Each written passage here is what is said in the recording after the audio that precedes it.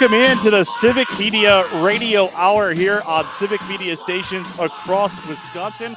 I am your guest host for the next hour. My name is Jimmie Kaska. You've heard me around the network talking sports, talking education, talking all kinds of things. I am Civic Media's sports director and digital content director, but happy to fill in today and serve as the guest host here of the Civic Media Radio Hour. Got a lot lined up for you in the next 60 minutes.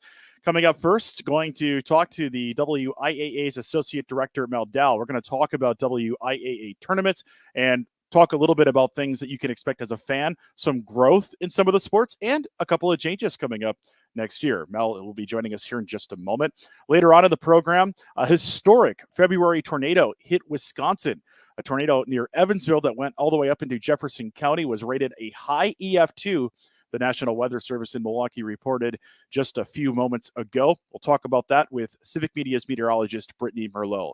Also later in the program, we're going to talk to James Kelly, our Northwestern Wisconsin Civic Media reporter, about the layoffs going up there. A number of hospital and clinic closures in Northwestern Wisconsin, prompting hundreds of layoffs in that part of the state. And we'll also dive into school referendums this program and talk about what could be on your spring ballot, as there are 101 referendum questions on ballots coming up this spring. We get started, though, with the WIAA discussion and talking now with Mel Dow, the Associate Director of the WIAA. Mel, it's been a while since I've gotten to have you on a radio program, but it's great to have you with us today. Jimmie, it's great to be here with you as well. Always appreciate your work. Mel, I one thing that's changed since the last time I've had you on as a regular guest on programming, in addition to the new gigs, right, with the WIAA from your previous role at a school in South Central Wisconsin, is that you've become a very strong advocate for sports, through the move to the WIAA, and specifically in the sport of wrestling. And Wisconsin was among the first couple dozen states to really get the conversation going to add girls wrestling as an offering in Wisconsin. And now I see that all but 8 states have it now as a sponsored offering by their state associations.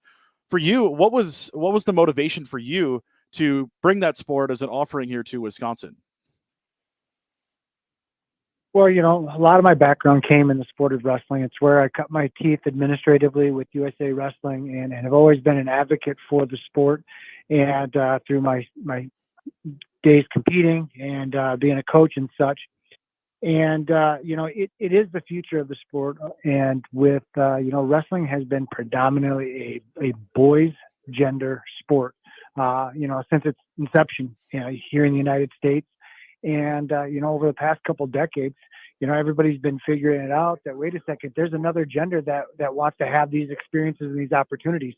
And so, it's a little bit late getting on board at the high school level. It's been at the international level. It's been at the youth level, but now state associations are getting on board with it and providing those opportunities for the kids. Mel, I wanted to talk a bit about the growth of the sport in terms of opportunities for student athletes, because, for years, girls would wrestle in the boys brackets, right? They'd wrestle in the boys tournament. And just before girls wrestling was added as an offering, we actually almost had our first state champion, first girls state champion in the boys bracket. But since the sport has now been offered as an option for girls, separate from boys in the state tournament, in just looking at the numbers, participation has grown exponentially the last few years.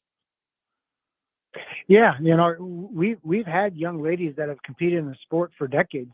My first experience of women competing in the sport of wrestling was back in my college days, where I had a college teammate. She had previously been a collegiate gymnast and decided to try wrestling. And, it was revolutionary in the early 90s. And then later on in my first years of coaching, I had a couple of young ladies out for my high school team. Again, they liked the experience, they liked the challenge, and over the years the numbers have continued to grow. Some of our office's data tracks female wrestlers. Back in 2017-18, we were in the low 200s of young ladies that competed on boys teams. And we were fortunate enough that when I assumed this position in that transition, the state association adopted a sanctioned girls wrestling season. And in that first year, we were in the mid 400s in females that were wrestling. Just by sanctioning the sport, it catapulted those numbers up. There were a few young ladies that were out there that, liked the idea of the sport. They wrestled as youth, but the idea of going out and competing against boys was the limiting factor that prevented them from coming out for their high school program. Once you give them the opportunity to compete against other females, that's where those numbers really will start to grow. Talking to Mel Dow, the WIAA Associate Director, well, in addition to bringing that sport in, the WIAA has also now sanctioned lacrosse, and we're also going to see a couple of other changes coming to WIAA tournaments in divisions and everything here in the next school year. In addition to lacrosse, we see the volleyball tournament expanding by division, and there are some other changes coming next year, Mel. I'm just curious, all of this stuff is kind of happening in quick order. So what's kind of the process in developing some of these ideas and then getting them out to actually institute the changes?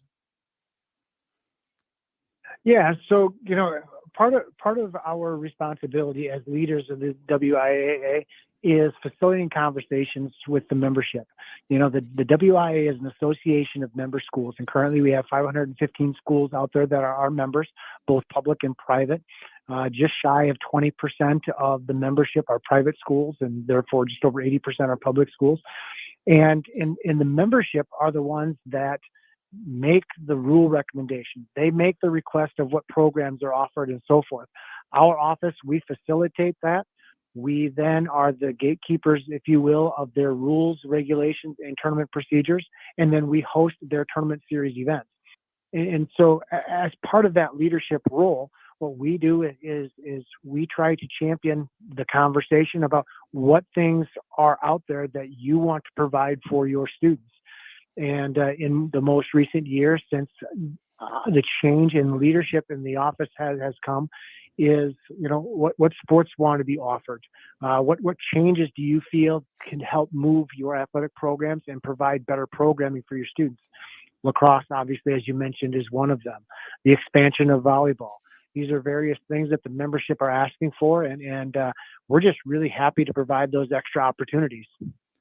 Mel, I want to ask about a topic that I think people are having trouble wrapping their heads around, and that's the competitive balance plan that is accumulating points for schools, a competitive equity plan, where schools can accumulate points in championships, and that can change the division they compete in.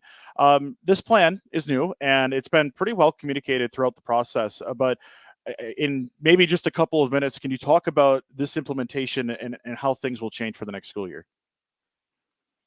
Yeah, well, it's quite interesting. Is this topic of competitive equity, competitive balance dates all the way back to the late 1800s when the association first started.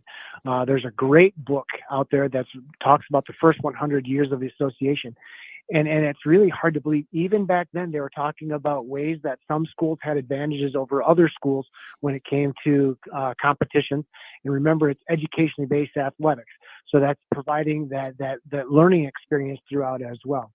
Moving forward through the years, obviously, there have been certain changes in the 2000s when the association absorbed the former WISA schools.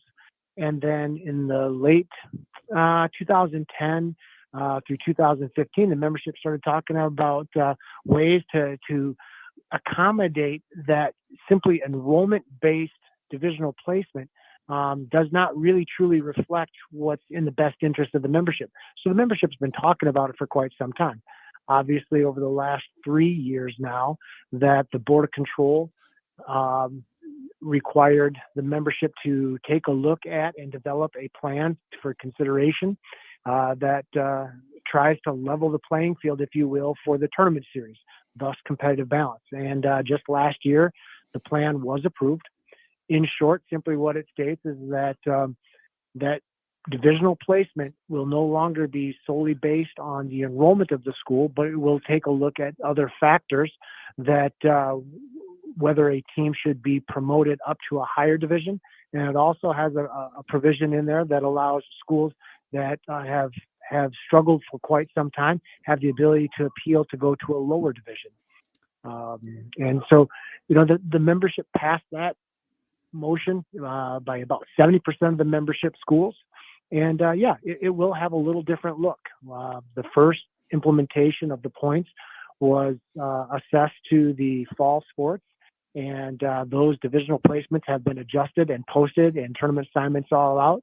And the membership is reflecting on it and taking a look at how it really impacts their sports now that it's in fruition and taking place. Mel Dow is the Associate Director of the WIAA. Mel, I'm always thrilled to talk to you because you have a wealth of knowledge of all things high school sports, and just getting to know you over the years, and then seeing the work that's being done by the front office of the WIAA. It's always a pleasure to talk to you and learn more about everything happening. Thank you for your time, and I look forward to talking to you again real soon. Thanks, Jimmie. That is Mel Dowell, the WIAA's Associate Director, talking a bit about some of the changes in the WIAA, including the addition of sports, expansion of the volleyball tournament, the new competitive equity plan. There's a lot. It's a lot of details that you dive into with high school sports in Wisconsin. But generally, if you've got if you're involved at all in high school or youth-based athletics, education-based athletics, it's something that generally will apply to you. The WIAA tournaments themselves actually begin tomorrow with wrestling. The individual wrestling regionals kick off tomorrow, and then the WIAA winter sports tournaments run all the way through the middle of March. Coming up on the program next, we're going to talk a bit in about a half an hour from now. We're going to talk to James Kelly. He's our Northwestern Wisconsin Civic Media reporter. There are a lot of layoffs happening in Northwestern Wisconsin in healthcare, and that is leading to a number of responses, both from local and state governments. And we're going to hear from James about some of the impacts to the area up there. What are they doing in the Chippewa Valley to keep the healthcare workers there and give them jobs and things to do? Later on in the program, I'm going to talk about all of the school referendum questions you're going to see on the ballots this spring. 10 questions for 7 districts will be on the February 20th ballots. And then we'll have another, get this, 91 questions across the state on your April 2nd ballot. So there's a lot of school districts going to referendum. But coming up next, an EF2 tornado in Rock, Dane, and Jefferson County. Could you believe it? Happening in February? First time ever. And we're going to hear from Brittany Merlot, Civic Media's meteorologist. Coming up next, you are listening to the Civic Media Radio Hour. I'm Jimmie Kaska, back here in just a bit.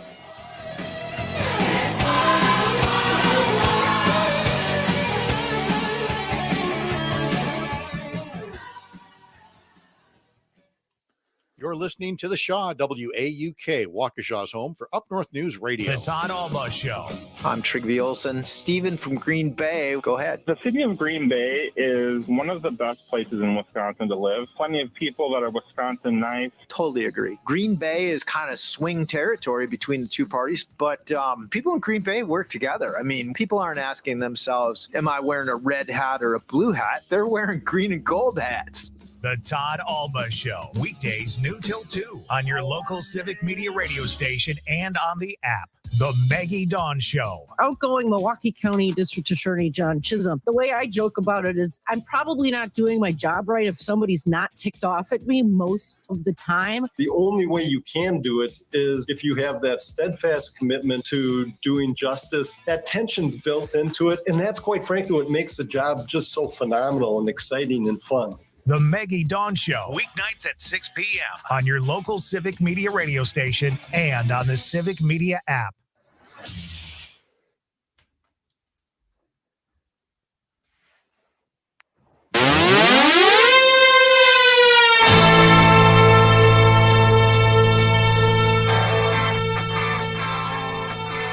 Tell you what, the classic rock playlist today is amazing, as Calvin Butenhoff producing the show today.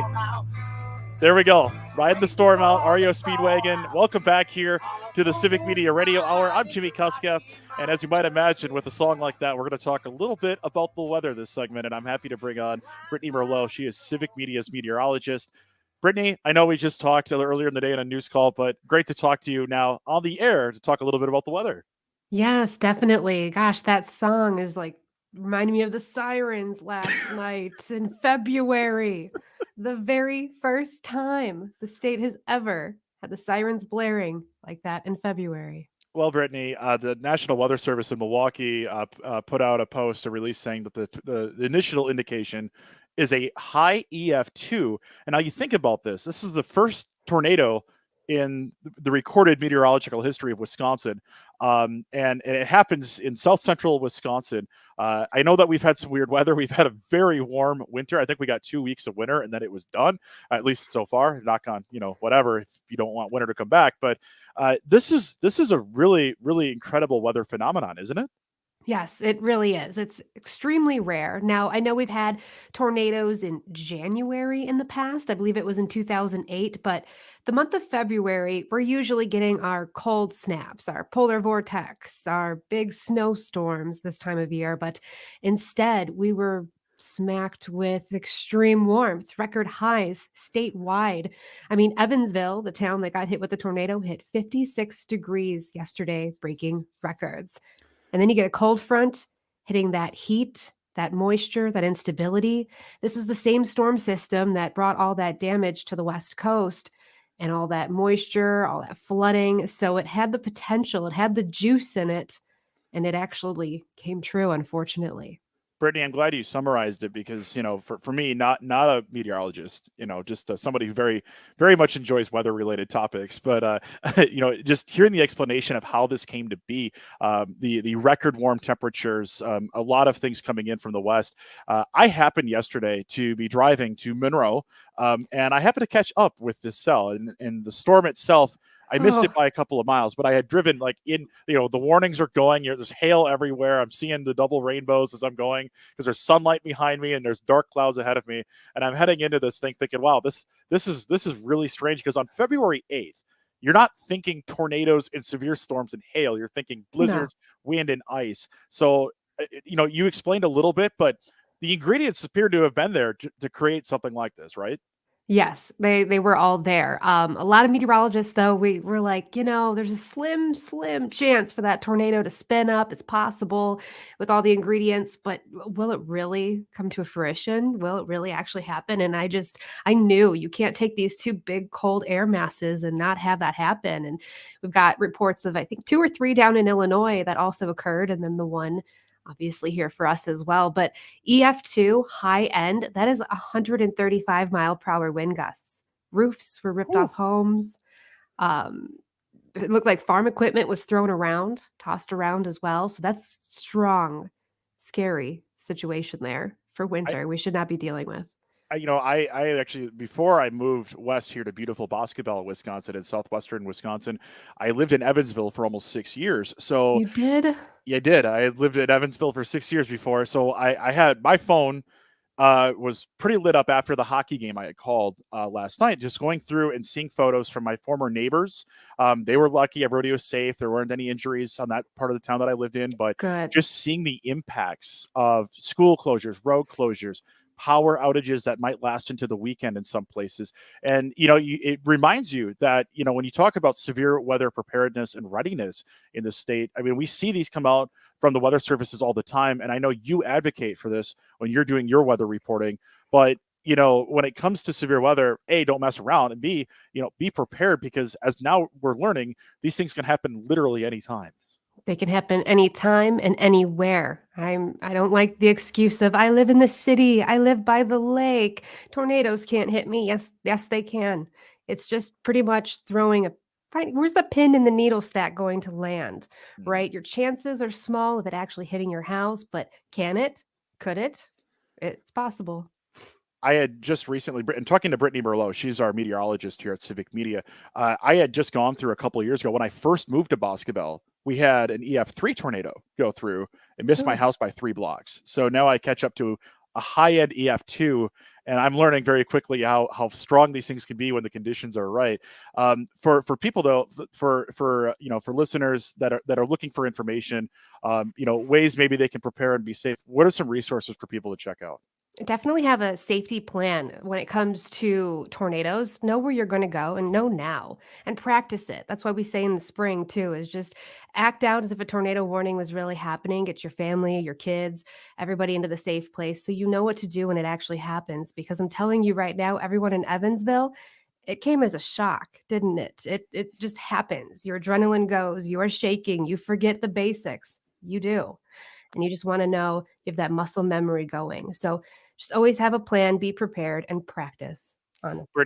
Brittany, we got since I have you on, I have to get the forecast. This weekend looks to be less tornado-y in Wisconsin, right? Correct. We're going back to winter for a little bit now. Temperatures will be into the upper 30s to low 40s for a lot of us, a little bit cooler. Winds are still breezy, but we'll see a lot more sunshine out there, the calm after the storm. Brittany Merlot, she is Civic Media's meteorologist. Thank you for joining me and explaining, the conditions for this and the impact of this, because I think this is one of those once in a lifetime things you'll talk about. If you were there, if you were near it, you'll remember this occasion. Because it's the only time it's happened in the recorded history of tracking these things. Thank you for your time, and always looking forward to talking to you during the week. Yes, thank you so much, Jimmie. Have a good one.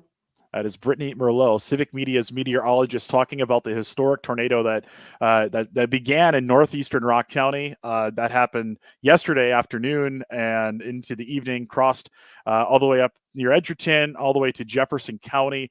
The National Weather Service in Milwaukee rated this a high-end EF2, according to a post they put up around 2:30 this afternoon. So about an hour ago, they made this post. There's no ETA on any more information that comes out, but if you look at the materials they've already gathered, they're showing damage to a lot of structures. They're showing, trees down, like a whole tree line wiped down, things like that. So there are road closures. School was canceled today in Evansville, which is northeastern Rock County, about 20 minutes south of Madison. So if you go on Highway 14 south of Madison, it's about 20 minutes south. It's kind of if you draw an L from Madison to Janesville, it's on that the angle of the L is where Evansville is. If you need a reference point, that is where the bulk of the damage from this storm occurred. So a historic tornado, something that hadn't been happened in the time that the National Weather Service has been tracking tornadoes in the state of Wisconsin. My goodness, that is. I'm just we're fortunate we haven't heard of any major injuries. We haven't heard any of that. Just that for the most part, people safe. Just unfortunate that all the impacts, power outages, et cetera, that happen in the area. So hopefully you, your family, if you're listening and you have people in that area, they are all safe and taken care of. Coming up in a half an hour, we'll be switching over to Devil's Advocates. Later on in the program, we're going to go through 101 questions on the ballots this spring for school referendum. We're going to go through every single one. No, we're not going through every single one. We're going to talk about them more at large, but there are a lot of referendum questions, and we'll talk a little bit about why that's happening in the state of Wisconsin. That, why do we have so many referendum questions coming up? Well, we'll talk a little bit about that. But coming up after the break, we're going to go to northwestern Wisconsin. We're going to learn more about some of the layoffs happening in healthcare there, with several hospitals and clinics closing in that part of the state. James Kelly, Civic Media reporter from northwestern Wisconsin, joins us next here on the Civic Media Radio Hour.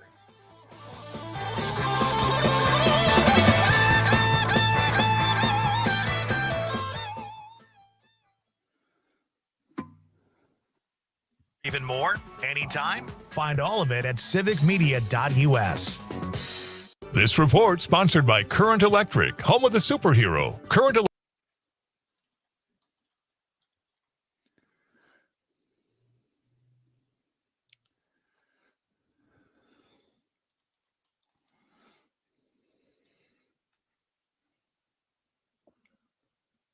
Not hearing anything. Is that normal? Oh, are you looking for me? Oh, I hear you, James. There were commercials, and now there aren't commercials. So I was concerned maybe that I had broken something. Yeah, How are I you? don't hear me either. I'm good. How you doing? I'm doing pretty good, man. So obviously for this segment, I don't know if I included you in the rundown, but I'm going to ask you about, I'll ask you first of all, just kind of an overview of what's happening. Yeah, you sent the 5 questions Gotcha.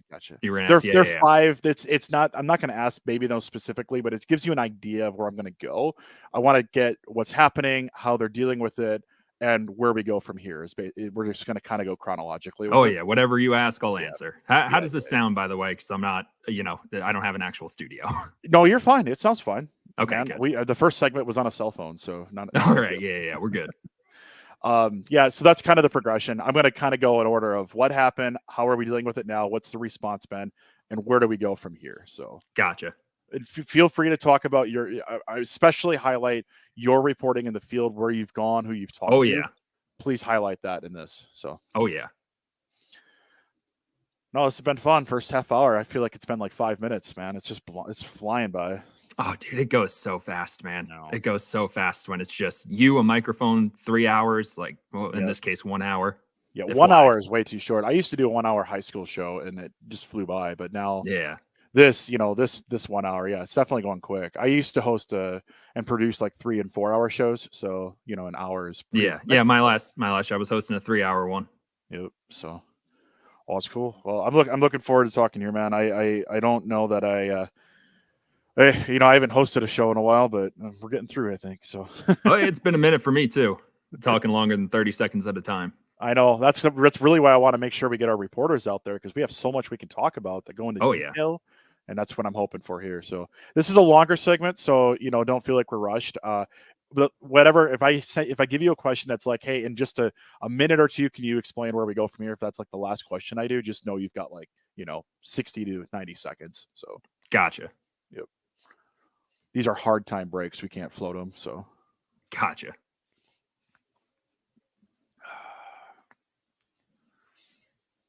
It's too bad I've only been a show host for 30 minutes, but I want to endorse my blue bubbler drink. I don't know that. Blue bubbler. Bubbler? Yeah, bubbler's an amazing drink. I don't think I've ever had that. Go to a Quick Trip and find yourself one. I highly recommend the light blue, what is it called? Tropical Dreamer, but there are other really good flavors too. All right. I'll replace the 7-Eleven Slurpees. Yeah, I got to 7-Elevens out here. Yeah, had to replace the Mountain Dew habit. That's how I kicked it. Oh, dude, I was the same with Dr. Pepper, man. Oh, yeah, that too. All right, I'll be quiet. I heard somebody's talking here, so I'll be quiet. I think we're on at 3:35.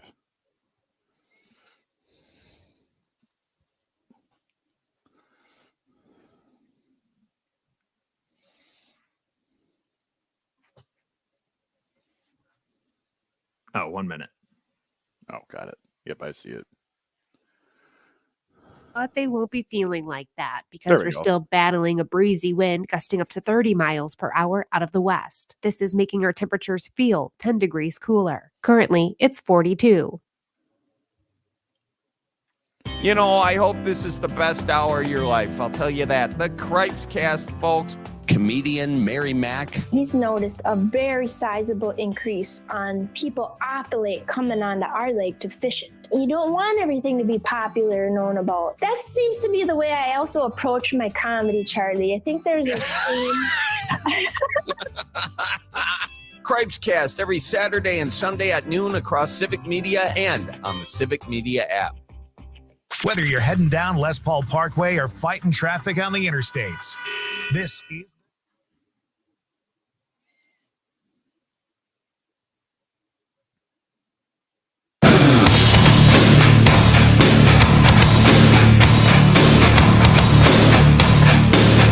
Hello, once again, it is the Civic Media Radio Hour. I'm Jimmie Kaska, taking you through till 4 o'clock when we'll have the Devil's Advocates here on the Civic Media network of radio stations all across this great state of Wisconsin. Again, my name is Jimmie. I am here in beautiful Boscobel, Wisconsin, southwestern part of the state. And we take you now to the northwestern part of the state where I grew up.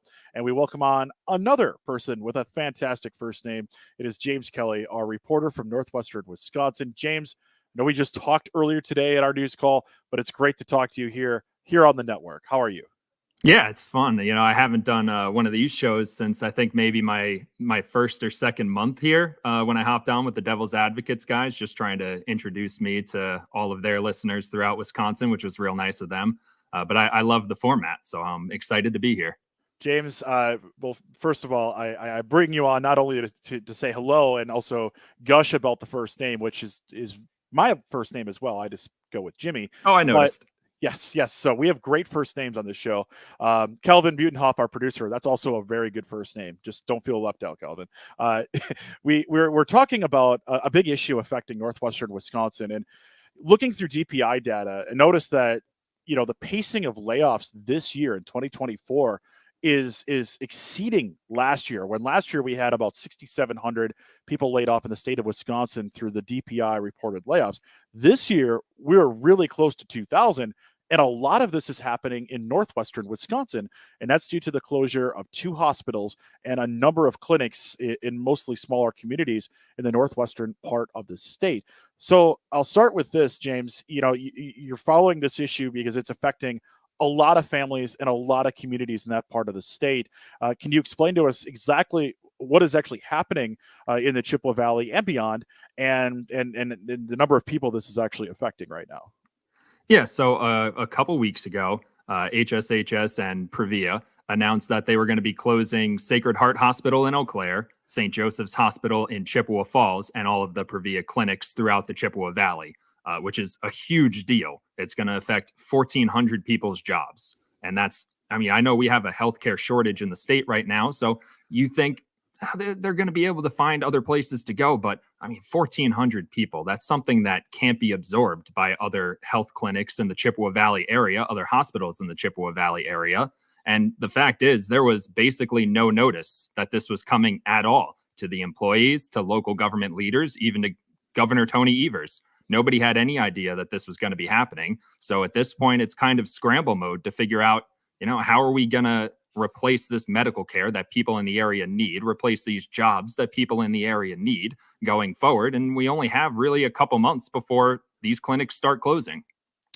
James, I can speak personally to this. My cousin was a registered nurse at Sacred Heart there in Eau Claire. So, now she's out looking for work, finding new positions. And I think that's what a lot of people are wondering. There's other medical care providers in, Eau Claire proper, but outside of Eau Claire, there aren't as many of those providers. A lot of these communities, this was like the one stop for people to go. And it doesn't appear that there are enough open positions for people to go to.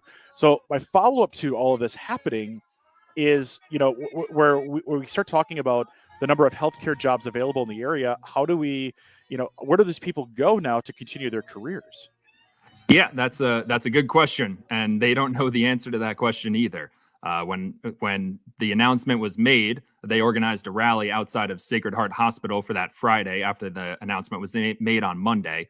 So I got a chance to go out and talk to some of them out there at the hospital, and it's fear and shock. They knew that things weren't so great at the hospital financially and across all of the clinics. They knew finances were a little bit of a problem. Being competitive in the market was a little bit of a problem, but they never expected that it was going to be an outright closure. They thought maybe there's going to be a deal. Maybe we'll be sold to somebody else. Who knows? And, that is still technically on the table. An organization called Oakleaf Medical Network has inquired about purchasing specifically the 2 hospitals and turning them into independent community hospitals. And they would purchase the other medical facilities as well. Unfortunately for their plans, HSHS has really just acknowledged that they've received the request. They haven't really moved forward towards any kind of negotiations, and it's uncertain if that's something that is going to happen in the near future. Talking to James Kelly. He's our reporter in northwestern Wisconsin on Civic Media. He's based in the Chippewa Valley at WCFW and the TAP FM. So if you're listening in the Chippewa Valley right now, he is your local reporter. You'll see him out and about at all of these events. So there's been a very strong reaction, I know, by the community members. But I'm also seeing, and I've seen this in your reporting, James, that the governments in the area are also having very strong reactions to this news. Can you tell us a little bit about what some of the local governments are doing or saying in response to these closures? Absolutely. So the Eau Claire County Board and City Council, as well as the Chippewa County Board and Chippewa Falls City Council, and now the Altoona City Council, all passed basically the same resolution, calling on the organizations to basically delay the closure of the healthcare facilities so that they can work on a plan, so that they can figure out what's coming next. How do we minimize the impact on the community? And even in these meetings, there are counselors and board members who are saying, this is really just a feel-good resolution. We're trying to say we don't like this. We want to change this, but this resolution doesn't really accomplish anything that we're trying to accomplish here. It's more of an attention-drawing thing there. On a state level, the state legislature has proposed a bill to reallocate $15 million to emergency departments in the area. The interesting thing about that $15 million, it was originally meant for HSHS in the 2021-2022 budget. They were meant to expand their psychiatric mental health bed capacity, but they never claimed that money. So that money has just kind of been sitting there. And now it's going to be used to bolster other emergency departments in the area. State Senator Jesse James was one of the authors of the bill, said, this is really just a Band-Aid on the situation. We're trying to come up with a short-term solution while we work out how this shakes out long-term. James, what are they doing, in order just in areas they can help? Because, you mentioned one area, they're moving some money over to kind of help take care of some of this. But what are some other ways that the local governments and even the state government, for that matter, are trying to help address this sudden layoff of hundreds of healthcare professionals? Yeah, so the layoffs on their own, that's a whole other story. The Department of Workforce Development hosted a pretty large-scale job fair earlier this week that wasn't simply limited to medical fields, but that was the main story there, that there were a lot of medical providers there. As Marshfield Clinic has also hosted a job fair, as has Mayo Clinic. So they're trying to get some of these employees to stay local. But let's call a spade a spade. 1,400 people are going to be losing their jobs if these closures do end up going through.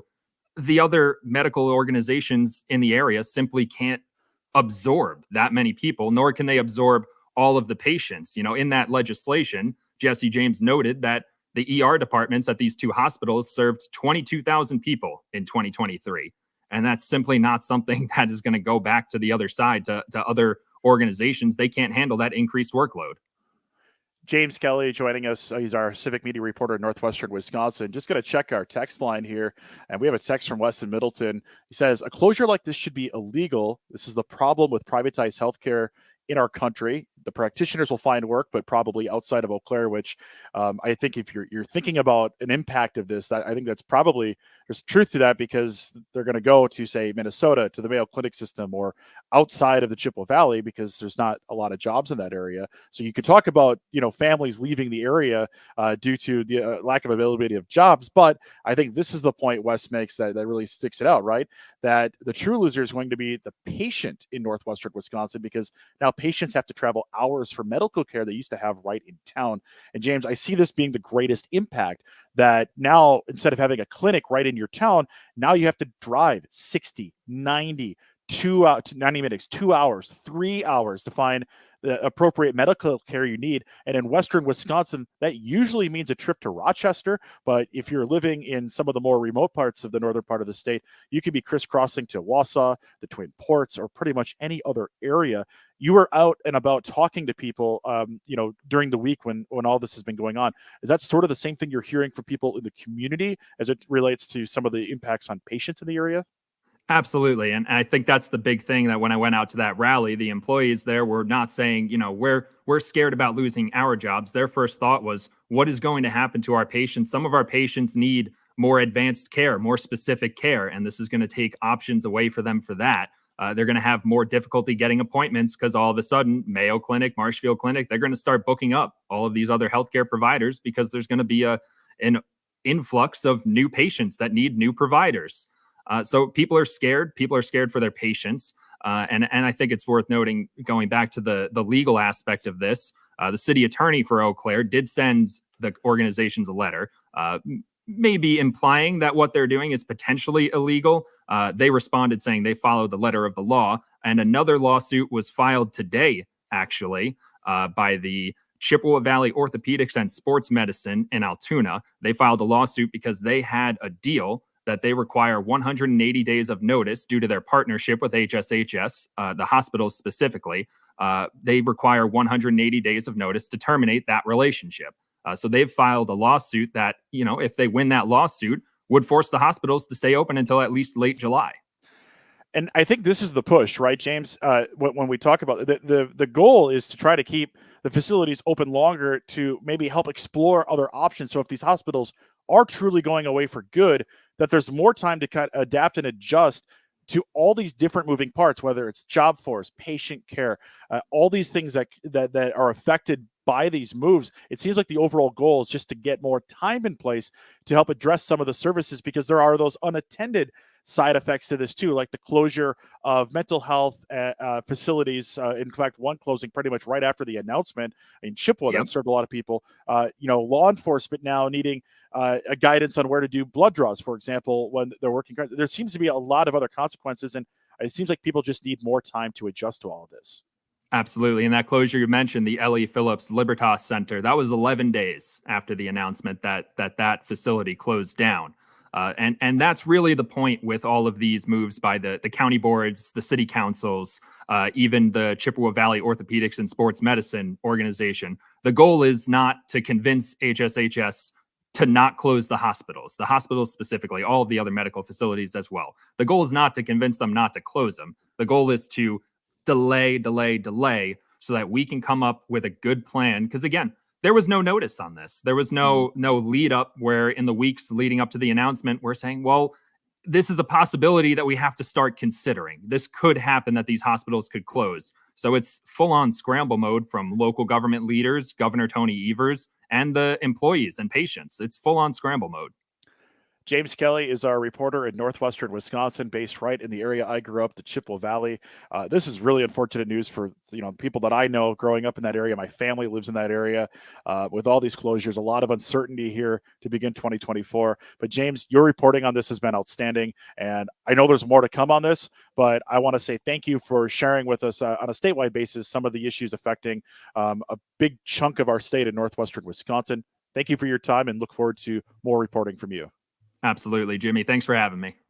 James Kelly, again, with the fantastic first name, joining us on the program, sharing his insights on the hospital and clinic closures affecting northwestern Wisconsin, Eau Claire, Chippewa Falls, and a lot of the smaller communities that make up parts of the Chippewa Valley in northwestern Wisconsin.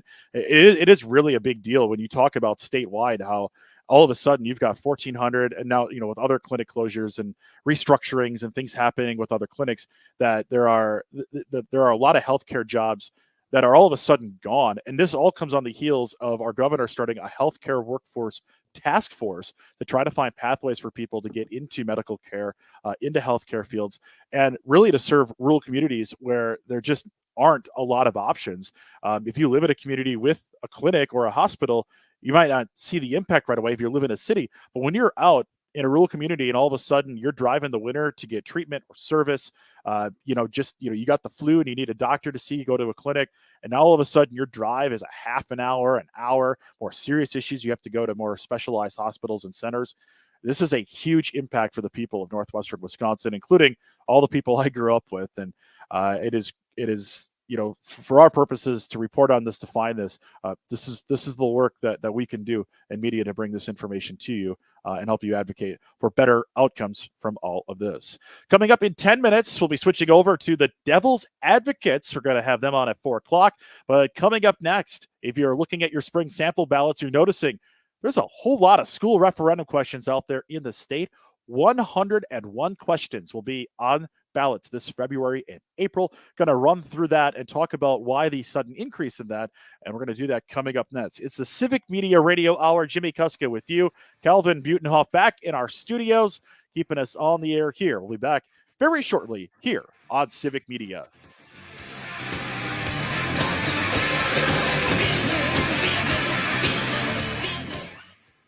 AUK, Waukesha's home for the Tom Albo Show. This is Chuck Smith, founder of Current Electric. I want to thank you, Southeast Wisconsin, for making us #1 electrical service company in our area. From residential and commercial to all things solar. Do you know the #1 reason people call Current Electric? It is trust. We answer the call. They trust our heroes in their home and businesses. With 8,500 5-star reviews and growing, I'm so very proud of our team of heroes. Go to callcurrent.com. That's callcurrent.com. Home of the superheroes. Civic Media and the Shaw 101 FM presents the Max Inc. Radio Concert Series featuring Iron Plow. Iron Plow with special guest Bony Fingers, Friday, February 16th at Maddie's Bar and Music Lounge, 200 Madison Street in Waukesha. This is a free event. The Max Inc. Radio Concert Series with Iron Plow and Bony Fingers, presented by Civic Media, the Shaw 101 FM, and Max Inc. Radio. We are local music. This is the show. Under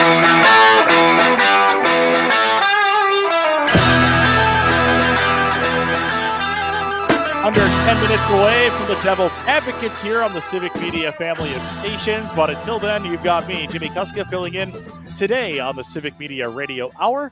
And here in this final segment, the phone lines will be open up for you at 844-967-2789. You want to react to something we've talked about today? We talked about some of the changes in the WIAA, including competitive equity with the Associate Director of the WIAA, Mel Dow. We talked about the historic February tornado yesterday in south central Wisconsin, affecting Evansville, parts of Rock, Dane, and Jefferson County, with our meteorologist, Brittany Merlot, here at Civic Media. And in our last segment, talking about the hospital and clinic closures in northwestern Wisconsin. Hundreds of layoffs, lots of jobs at stake there. A lot of families that might have to relocate, a lot of families needing patient care that may have to relocate. A big, big story out of the northwestern part of our state. But in this last segment, I wanted to spend a little time in my hour today, and I'll have more on this coming up later tonight on Busted Pencils as well. We'll dive deeper into this. But if you're looking at your ballots this February and April, you're going to notice in about a quarter of the state, you're going to have a school referendum question on there. And in some cases, that price tag is going to look pretty big. So 101 questions are being placed on the ballots, including 7 districts asking 10 questions. That means 3 districts have a 2-part referendum on your February 20th ballot. So a week from Tuesday, you're going to be deciding on tax levies and whether you're going to be increasing them to either help pay for a facilities project or for an operational referendum. And just doing my math, just so you know, I'm not a math guy, but when I looked at it, over 60 of the 101, the majority of the referendums being asked this spring out of the 101 are operational referendum, which means they are looking for money to exceed the local property tax levy to help pay for maintenance, salaries, and other things to keep the district going. And you're wondering, perhaps, how do we get to this point where we have, 60 something, close to 70 districts this spring asking for more money to help fund, your school, your education. And the reason is that for the last 14 or 15 years, the formula used to help fund the public education has been changed through the legislature. So now there's been a widening gap between what schools are receiving and increasing in aid in each year and the rate of inflation, which have really took off, of course, in the last couple of years post-pandemic. So that has been one of the things that's really affected this and why you're seeing so many questions appearing on your spring ballots. We're going to head to the phone lines at 844-967-2789 here on the Civic Media Radio Hour. And we're joined now by Stephen from Green Bay. Stephen, welcome in. Hello, it's nice hearing people that we don't normally get to hear on a day-to-day basis on their voice on the radio. So welcome for today.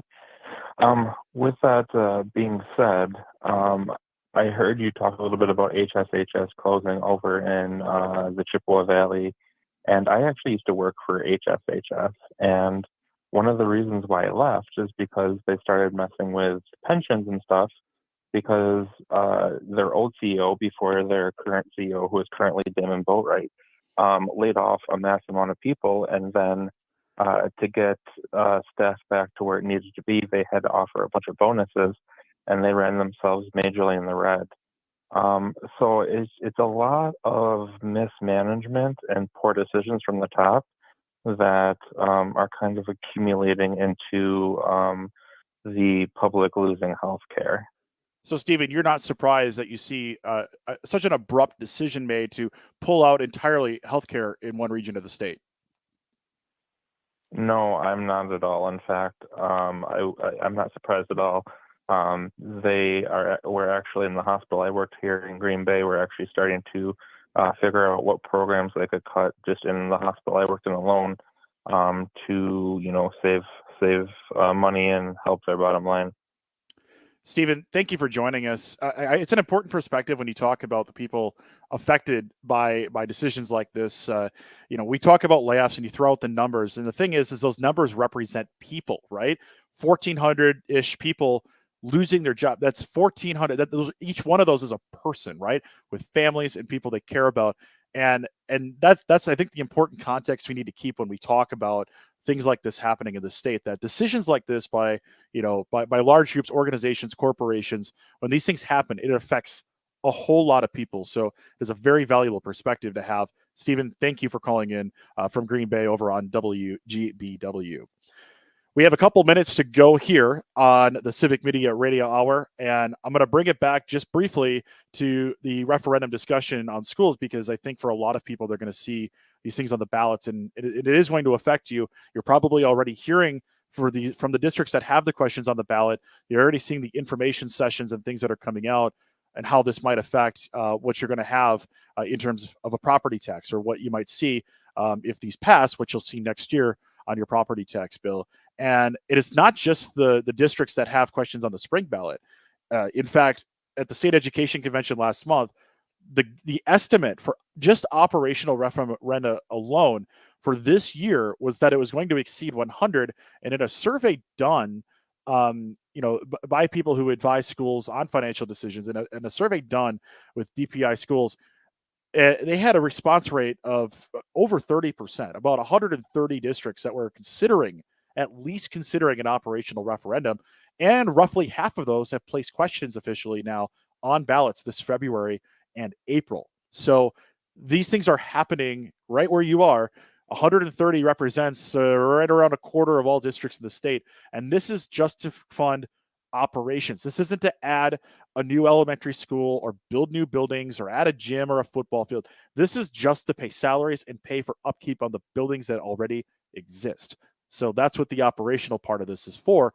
And when you hear a number like 130 something school districts in the state considering it this year, you know that not only are you going to see a lot of these questions happen now in the spring, but now in the fall, in the August election and in the November election, the August primary and the November election, you're going to see more of these questions appearing on the ballots, because typically in a presidential election year, referendum seem to have a bit more of a success rate because of high turnout for these elections and more people getting to voice what they want in their local school elections.